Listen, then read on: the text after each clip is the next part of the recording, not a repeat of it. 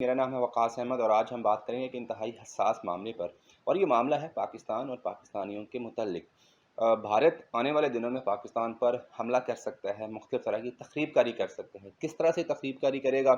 कौन लोग भारत का पाकिस्तान में तख़रीबकारी के में साथ देंगे? मेरा ख़्याल है इस पर बात करने से कबल जो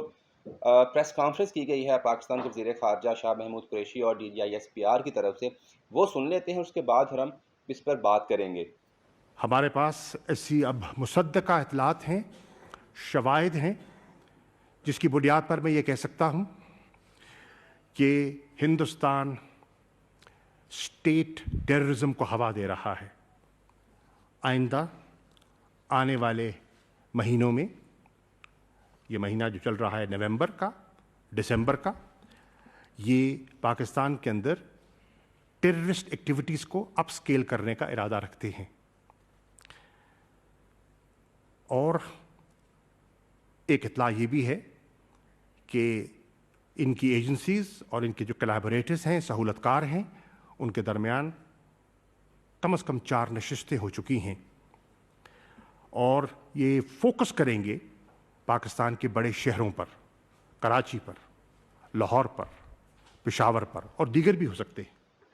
आपने प्रेस कॉन्फ्रेंस सुनी वज़ीर ख़ारजा शाह महमूद कुरैशी और DGI SPR की, और इसमें शाह महमूद कुरैशी ने बड़े वाज़िह तौर पर यह कहा है कि भारत पाकिस्तान में तख़रीबकारी करने जा रहा है। इस हवाले से कुछ एविडेंस जो हैं वो भी सामने की रखे गए, प्रेस कॉन्फ्रेंस में दिखाई भी गए। कुछ जो ऑडियो कॉल्स हैं वो भी रिकॉर्ड की गई, जिसमें भारतीय खुफिया एजेंसी रॉ जो है अपने जो एजेंट्स हैं पाकिस्तान में उनको कुछ हदायत दे रहा है। अब अहम सवाल ये है कि भारत आने वाले दिनों में किस तरह से तख़रीबकारी कर सकता है, किन पॉइंट्स पर तख़रीबकारी कर सकता है। तो हमारे ज़राए के मुताबिक भारत जो है वो 2-3 तरह से पाकिस्तान में तख़रीबकारी कर सकता है, और उसका जो मेन ऑब्जेक्टिव है वो 2-3 है। एक तो CPEC को डिस्टेबलाइज़ करना, उसके साथ पाकिस्तान में बदअमनी पैदा करना, तीसरा पाकिस्तान की इकनॉमिक सूरत हाल जो कि बहुत हद तक अब बेहतरी की तरफ गामज़न है, उसको वापस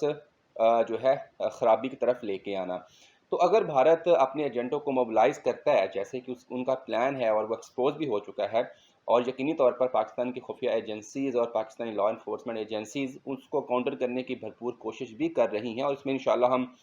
कामयाब भी होंगे। लेकिन फिर भी अगर हम बात करें तो कौन कौन से एरियाज़ हैं जहाँ पर भारत ये तख़रीबकारी कर सकता है। तो पहली बात तो यह है कि भारत अपने एजेंट्स के थ्रू पाकिस्तान के जो हसास मकामात हैं,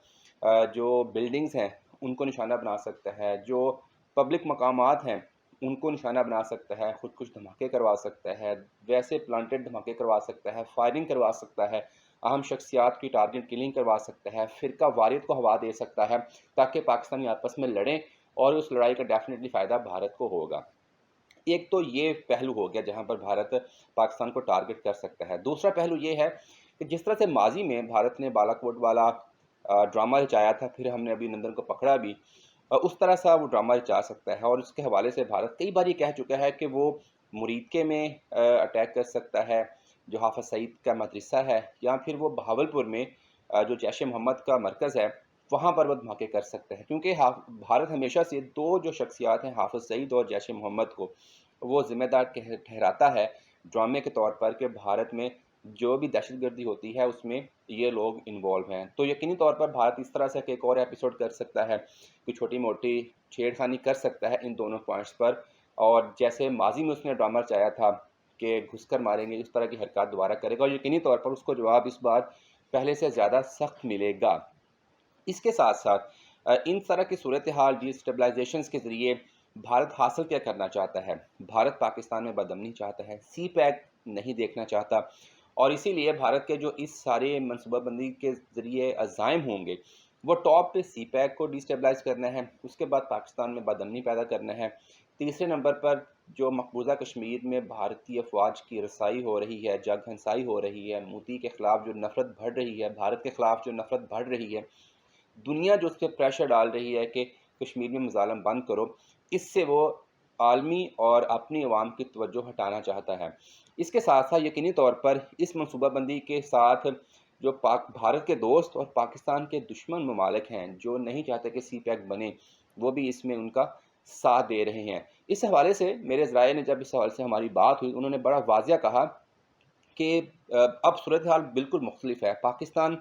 کے پاس سالڈ ایویڈنس بھی ہیں کہ بھارت کس طرح سے پاکستان میں تخریب کاری کرواتا رہا ماضی میں اور فیوچر میں کروانا چاہ رہا ہے، لیکن جو گزشتہ سال ابھینندن والے ڈرامے پاکستان نے رسپانس کیا، اب پاکستانی حکومت اور پاکستان کی افواج اس سے بہت سخت جو ہے وہ جواب دیں گے، اور اس حوالے سے جو انٹرنیشنل پلیئرز ہیں ان کو بھی آگاہ کر دیا گیا ہے، اور جو ہمارے دوست نما دشمن ممالک ہیں ان کو بھی آگاہ کر دیا گیا ہے کہ اگر بھارت نے آپ کے آشیرواد پر ایسا کیا تو پھر اس کے نتائج بھیانک ہو سکتے ہیں۔ اب صورتحال اس لیے بھی مختلف ہے کہ چائنا کا بڑا اوپنلی اور اسٹرانگ جو سپورٹ ہے وہ ہمارے ساتھ موجود ہے۔ ایران کو بھی بہت حد تک اعتماد میں لے لیا گیا ہے، افغانستان کے معاملے پر بھی مختلف ہے، تو یقینی طور پر بھارت اگر کچھ ایسا کرے گا تو اس کا جواب ہمارے لا انفورسمنٹ ایجنسیز کی طرف سے سخت آئے گا۔ لیکن بطور پاکستانی ہم نے کیا کرنا ہے، یہ بھی بڑا اہم سوال ہے کہ جو موجودہ سیاسی صورتحال ہے پاکستان میں، سیاست کرنا ہر پارٹی کا حق ہے، ہر تمام ورکرز کا حق ہے، لیکن اس میں ہم نے ایک چیز ذہن میں رکھنی ہے کہ ہم خواہ کسی بھی پارٹی کے ساتھ ہوں، ہم نے پاکستانیت کو سب سے پہلے رکھنا ہے، پاکستان کو سب سے پہلے رکھنا ہے۔